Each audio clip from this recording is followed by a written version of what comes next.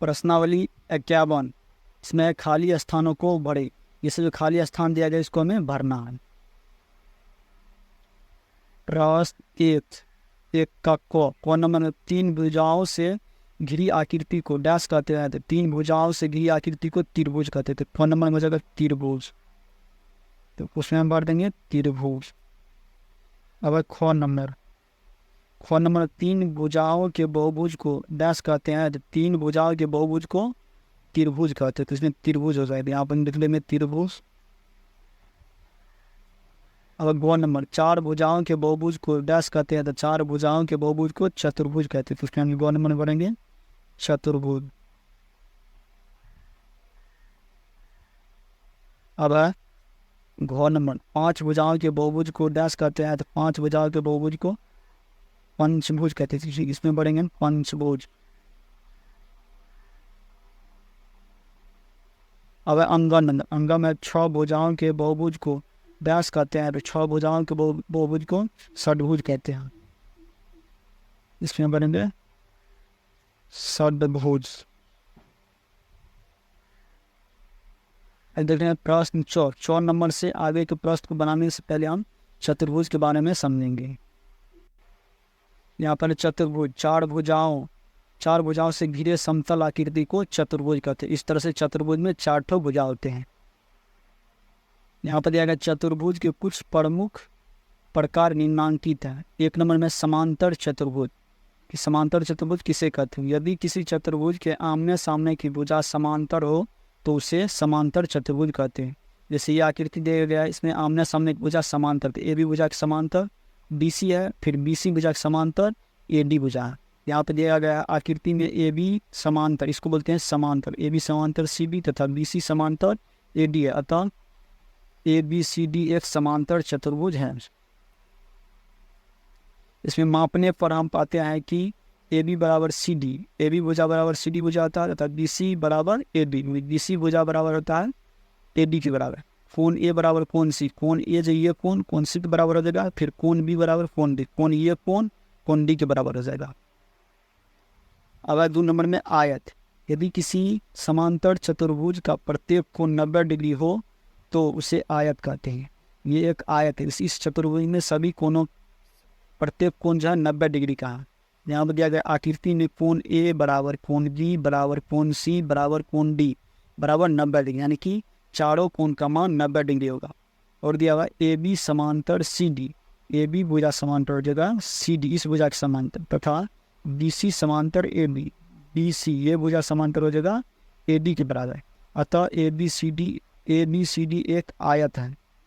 यहाँ हम पाते हैं कि AB बराबर CD, AB बराबर ये भुजा हो जाएगा CD के, तथा BC बराबर AB, BC भुजा हो जाएगा AD के बराबर। अब 3 नंबर में वर्ग। यदि किसी आयत की आसन भुजा बराबर हो तो उस आयत को वर्ग कहते हैं।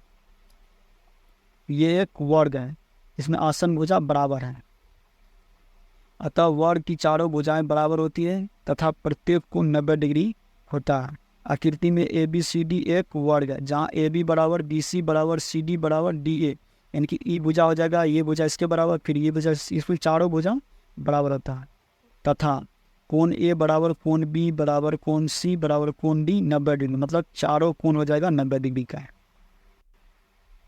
अब 4 नंबर में सम चतुर्भुज। यदि किसी समांतर चतुर्भुज की चारों भुजा बराबर हो तो उसे सम चतुर्भुज कहते हैं। ये एक समांतर सम चतुर्भुज है। आकृति में ABCD एक समांतर चतुर्भुज है।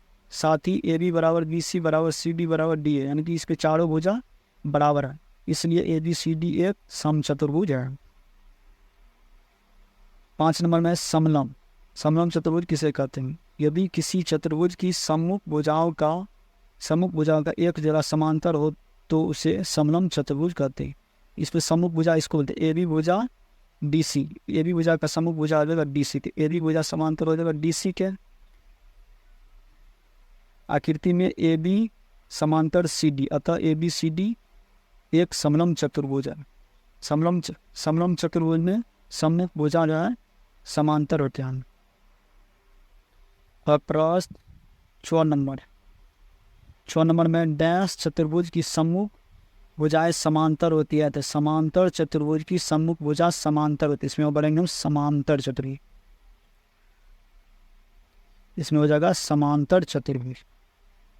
अब है 6 नंबर में डैश वो समांतर चतुर्भुज है जिसकी चारों भुजाएं बराबर होती है, तो सम चतुर्भुज की चारों भुजा बराबर होती है, किसमें हम बढ़ेंगे सम चतुर्भुज। तो सम चतुर्भुज की चारों भुजा बराबर होती है। अब जो नंबर में है डैश डैश वह आयत है जिसकी चारों भुजाएं बराबर होती है, तो वर्ग वह आयत है जिसकी चारों भुजाएं बराबर होती है, तो इसमें हम बढ़ेंगे वर्ग।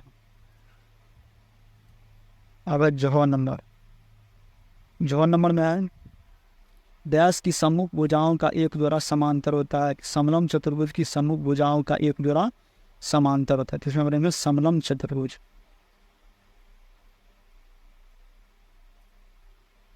समलम चतुर्भुज हो जाएगा। अब है यहाँ नंबर वर्ग का प्रत्येक कोण डैश डैश होता है, तो वर्ग का प्रत्येक कोण 90 डिग्री होता है, यानी कि समकोण, इसमें बढ़ेंगे समकोण। 90 डिग्री को ही समकोण बनते हैं। इस तरह से हम प्रश्न 1 को हल कर लेंगे।